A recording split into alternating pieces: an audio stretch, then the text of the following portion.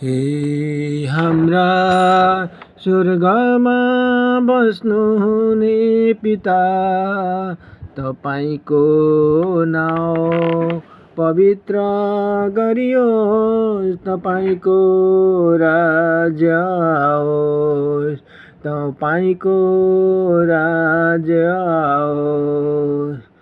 हाम्रो दैनिक भोजन आज हामीलाई दिनुहोस्, अनि हाम्रो अपराधलाई क्षमा गर्नुहोस्, जसरी हामीले पनि आफ्ना अपराधीहरूलाई क्षमा गरेका छौँ, जसरी हामीले पनि आफ्ना अपराधीहरूलाई क्षमा गरेका छौँ।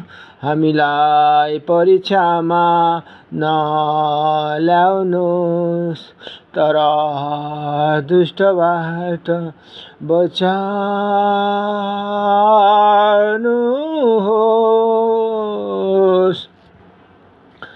किनभने राज्य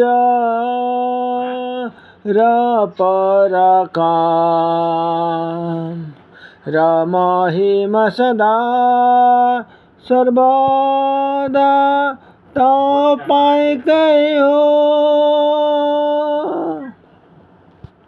हे हाम्रा स्वर्गमा बस्नुहुने पिता, तपाईको नाउँ पवित्र गरियोस्, तपाईको राज्य आओस्, तपाईको राज्य आओस्।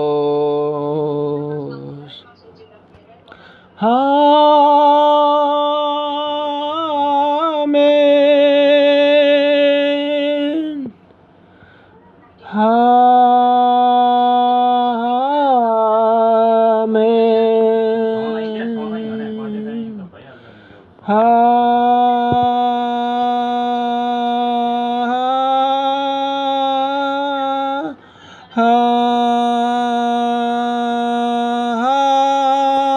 आमेन।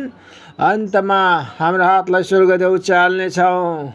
अन्तमा परमेश्वर पिताको प्रेम, ख्रीष्ट येशूको अनुग्रह, पवित्र आत्माको सङ्गति अनि सहभागिता, येशू ख्रीष्टको दोस्रो आगमन नआउन्जेलसम्म यसरी नै हाम्रो मण्डलीका सम्पूर्ण सन्तगणहरूको साथमा परमेश्वरको अनुग्रह, कृपा, दया, धैर्य, नम्रता यसरी नै सदा सर्वदा रहिरहेको होस्। हामी सबैले स्वर मिलाएर भन्नेछौँ, आमेन।